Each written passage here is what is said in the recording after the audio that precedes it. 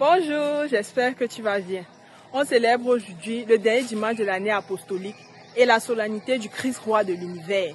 On conclut l'année avec cette vérité de foi, que le Christ, celui que nous suivons, est le roi de tout l'univers.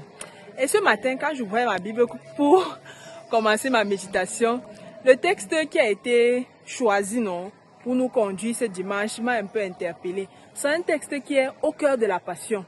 Et je me demandais comment célébrer un roi qui est sur la croix.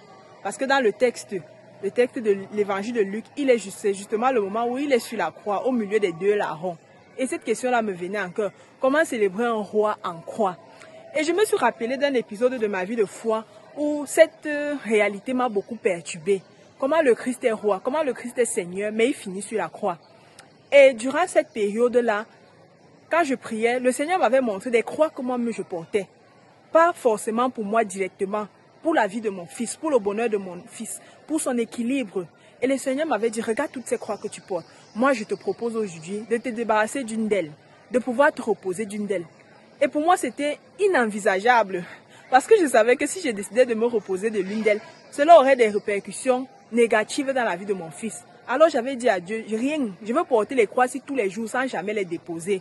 Et il m'avait montré là, voilà l'amour que le Christ a. Voilà comment il porte la croix. C'est pourquoi la croix n'est pas un fardeau pour lui, parce qu'il la porte avec amour.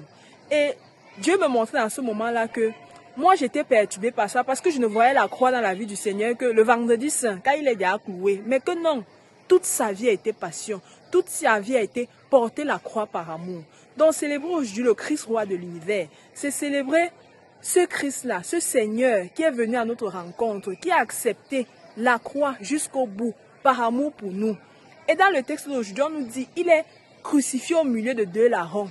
Il meurt comme il a vécu, au milieu de ceux pour qui il est sorti, au milieu de ceux qui avaient besoin du salut. Et le texte dit que le texte les appelle des malfaiteurs. Et ces malfaiteurs-là, l'un d'eux le dit même, nous, ce qui nous arrive, nous le méritons.